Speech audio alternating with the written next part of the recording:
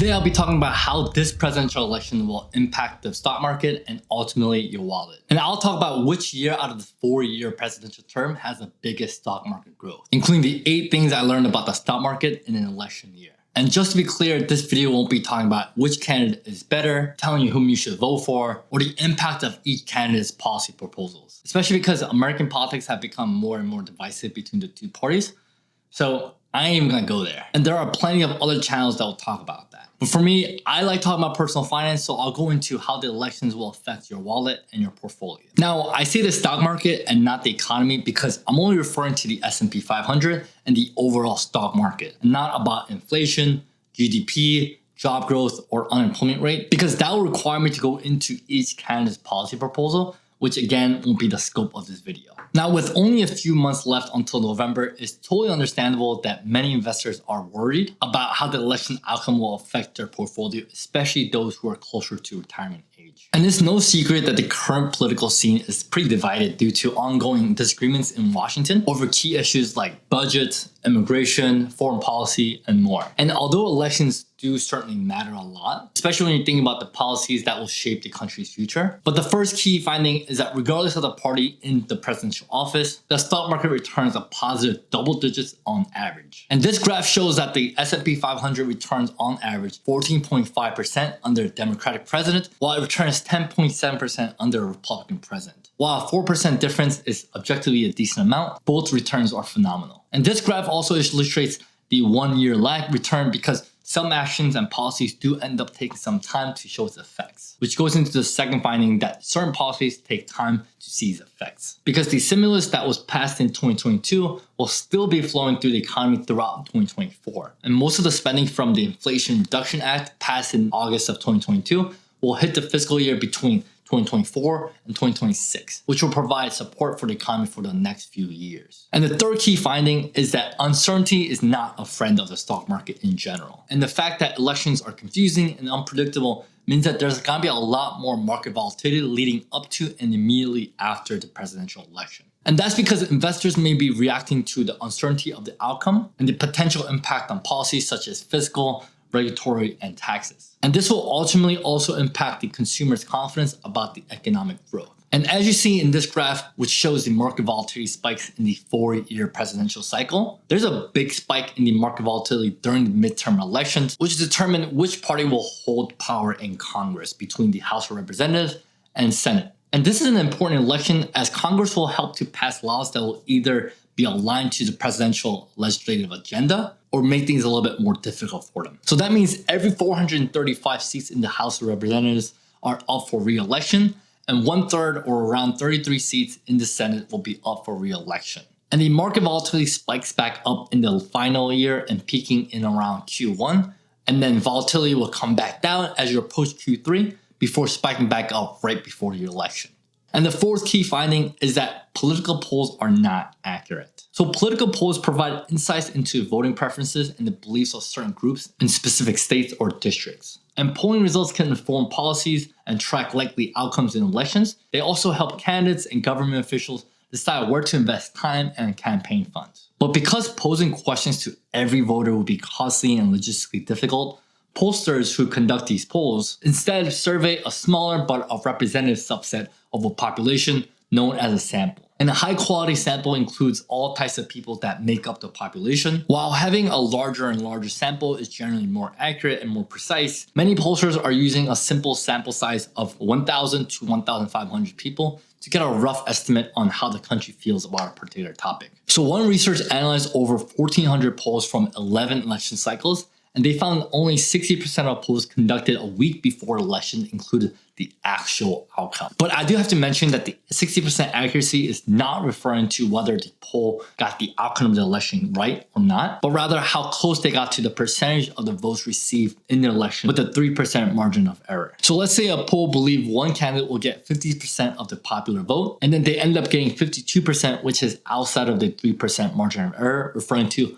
plus and minus 3% off the 56%. then the poll is considered inaccurate as it fell outside the range even if they got the outcome of the election correct. And really quickly, if you are enjoying the content so far, make sure you like the video. And if you are interested in more personal finance videos just like this one, but not too much politics, make sure you guys subscribe. Now, the fifth takeaway is the power of re-election and how the politicians will do everything in their power to get re-elected. And in this opinion article from the Wall Street Journal called What is Politicians' Main Goal? The writer argues that politicians' main goal is less about passing good legislations, but more about doing what they can to get re-elected to their position of power. And although the writer here is arguing more about how the candidate will change their stance on a policy based off what's considered popular, I would also add that presidents running for re-elections will try their best to make sure that the economy and the stock market is in top shape in order to get re-elected. And according to this theory, the US stock market performs the weakest in the first year of a term, then gradually increases until it peaks in the third year before falling in the fourth and final year during the election process, where the cycle will begin again with the next presidential cycle. And this theory suggests that market performs best in the second half of a presidential term when the sitting president tries to boost the economy when it's time to get re-elected. Now, the sixth takeaway is that governments, including the presidents, have the ability to influence the economy. Because how much influence does the president actually have? As I mentioned before, I believe presidents do get too much credit when the economy does well and too much blame when the economy slumps because they're not the sole contributors to the economy and the stock market. There are a lot of factors that play into them, not to mention that the economy and the stock market works as a cycle of boom and bust. So you're about to have good years and bad years. But presidents still play a critical role in how the stock market performs because there are two ways that the government could influence the economy, which is through fiscal and monetary policy. Fiscal policy refers to the government's revenue collections and spending decisions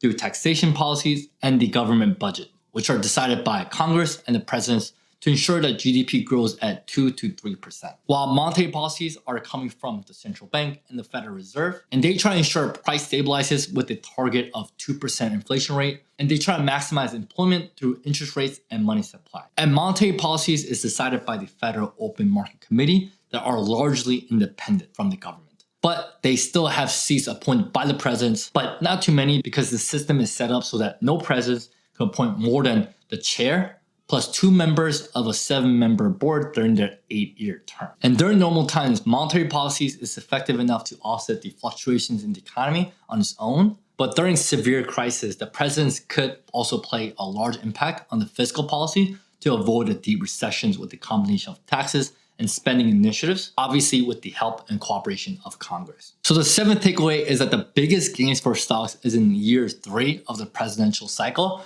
corresponding to the re-election campaign. So there was an author named Yale Hirsch who wrote the Stock Market's Almanac that explains the stock market's history and its patterns. And his research showed that stock market's lowest returns during the 4-year presidential cycle tends to come in the first year of the term. And then the returns then improve in the second year, in the third year, before dipping in the final year of the term. And the whole cycle continues again after the election. And his reasoning behind this theory is that during the first half of the presidential tenure, they're more focused on fulfilling campaign promises, which may not necessarily be aimed at strengthening the economy. While in the second half, we re-enter campaign mode with the push to bolster the economy in the hopes of seeking re-elections, which in turn improves the stock market performance during their second half of their presidential term. And you can see in this graph how the average return on year 3 is 16.8%, almost double any other year, where you see 7.9%, 3.7%, and 7%. Hard to say it's just coincidence. And you could also notice a similar trend with this graph where there's a spike going into year 3 as you move into the midterm elections with congressional seats up for grabs. So it's worth noting that 2024 was considered a re-election year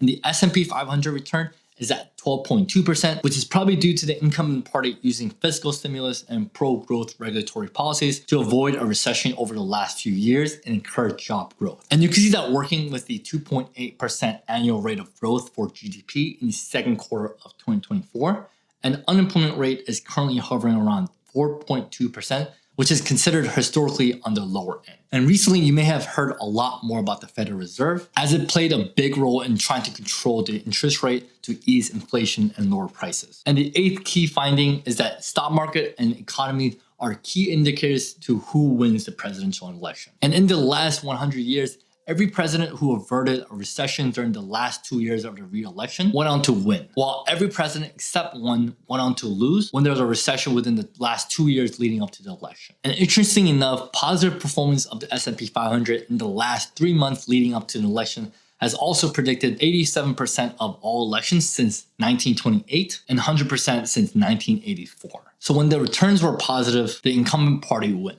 But if the S&P 500 suffers losses in the last 3 months window, the incumbent party loses. So it'll be very interesting to see how the next 3 months really play out, as we are less than 100 days until the election. And as November approaches with the presidential election, it's easy to get caught off guard with everything going on. But when it comes to investments and your personal finance, the best thing you could do is to not let the politics sway your investment decisions. As you can see that the history of the stock market does well under both the Democratic and Republican administrations. So it's important to maintain a long-term investment perspective and focus on what you can control rather than getting sidetracked by all the politics. And just be aware that the stock market may not do well leading up to an election and shortly afterwards, but politicians will always try to earn your vote by ensuring the economy is in top shape with controlled inflation, low unemployment, and a thriving stock market. And to focus on what you control, and as a bonus for watching this video, I created a clear 5 steps to financial freedom checklist that you could get for free down in the description below. And with the high cost of everything going on right now, it's also important to try to save money where you can. So in this video, I talk about the 5 things that I do to spend less so I could save more money. So make sure you check out that next, and I'll see you guys there.